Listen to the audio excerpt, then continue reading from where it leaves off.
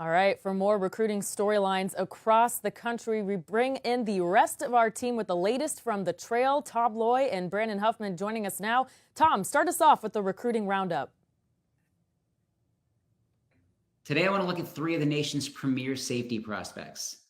Lyons, Georgia, Toombs County, top 100 safety Lagonza Hayward is closing in on a commitment. He'll announce his decision on Saturday, July 27th. The finalists include Florida, Georgia, South Carolina, and Tennessee. Early on, all signs pointed toward the Volunteers to get this one done. Then things started swinging in favor of the in-state Georgia Bulldogs, and everybody assumed Kirby Smart was going to land yet another top 100 talent on the defensive side of the ball in the Peach State. However, just a few days away from his commitment, my 24/7 Sports crystal ball is on Tennessee, and I think good news is coming for Josh Heupel and his staff. Now let's look at Pensacola, Florida, Escambia, top 247 safety Ladarian Clardy. His finalists include Florida State, Mississippi State, Ole Miss, UCF, and Washington. His commitment date is lined up for Saturday, August 3rd. Now, when he got the big in-state offers from Florida, Florida State, UCF, all signs pointed towards him eventually staying in-state, especially with the Seminoles. Everybody was kind of talking about Mike Norvell and his staff. However, Ole Miss has some optimism, and they believe they can eventually land him. Not to be outdone is Washington. That staff led by Jed Fish. Keep an eye on the Huskies. Honestly, don't be surprised if they get this one done. They are a sleeper that not enough people are talking about.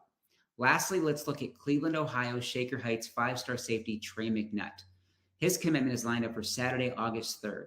He was supposed to come off the board this past weekend, but he decided to push it back with flight issues, logistics, things of that nature. He wanted his family to be present.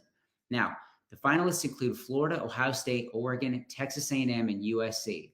My crystal ball is very firmly on the Ducks, and I expect Dan Lanning and his staff to get that one done. Obviously, don't sleep on Texas A&M. They're going to be battling over the next 2 weeks, but it's really hard to not see Oregon getting this one done. Now let's head west to hear from national analyst Brandon Huffman. Thanks, Tom. Well, with the NCAA dead period coming to an end after Wednesday night and the quiet period going into place starting Thursday for a week, expect a number of players in the 2026 class to be hitting the road from the West Coast.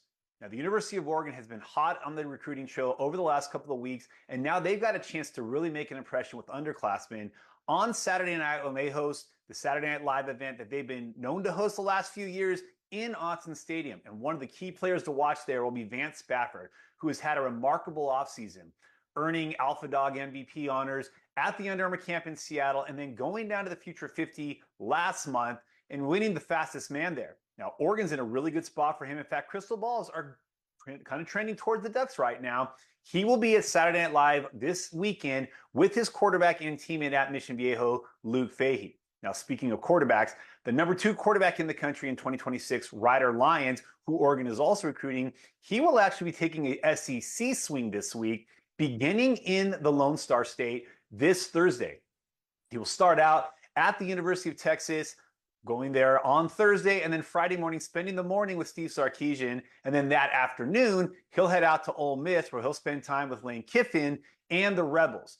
After he's done at Ole Miss, he's going to also head over to Alabama, where Kalen DeBoer has a Folsom quarterback in his program right now, Austin Mack, who Ryder Lyons actually took over for at Folsom. And then he'll spend the day at Auburn after he's done in Tuscaloosa.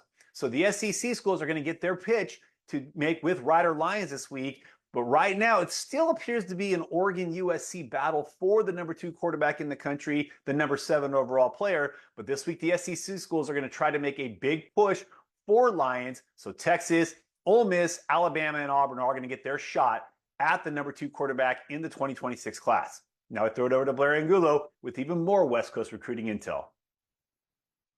Thanks, Huff, and happy belated birthday to you, my friend. It was a big week for you as you blew out the candles, and it's going to be a big week for 5-star wide receiver Jerome Myles. He is set to hit the road and take an unofficial visit to Michigan for the barbecue at the Big House. It's a significant one as he continues to gather information on some of his top suitors. He was previously committed to Ole Miss, backed off that pledge earlier this summer. He was also silently committed to the Utah Utes. They drew an official visit. Texas A&M drew an unofficial visit. The likes of Penn State and USC have offered this past week, and this is shaping up to be one of those classic recruiting battles that goes down the stretch to the early signing period. I'm not anticipating Jerome Myles to make a decision until later this year, but the Michigan Wolverines have a really good shot here this coming weekend to make an impression inside the Big House. And from the #1 rated player in the state of Utah to the #2 rated player in the state of Utah, Aaron Dunn, the top 24/7 offensive tackle from Spanish Fork, has also yet to make his college commitment. But I anticipate that to change here in the next couple weeks.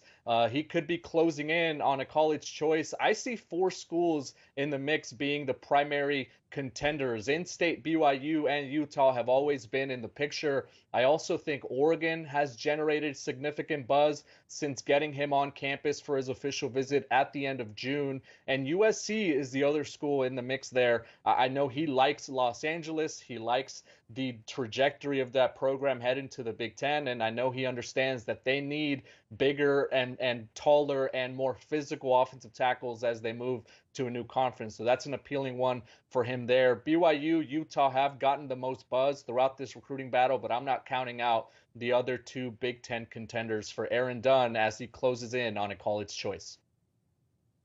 All right, great stuff, guys, and happy belated Huff.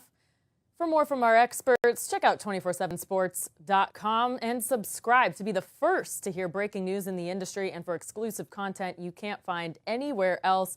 That's 247sports.com.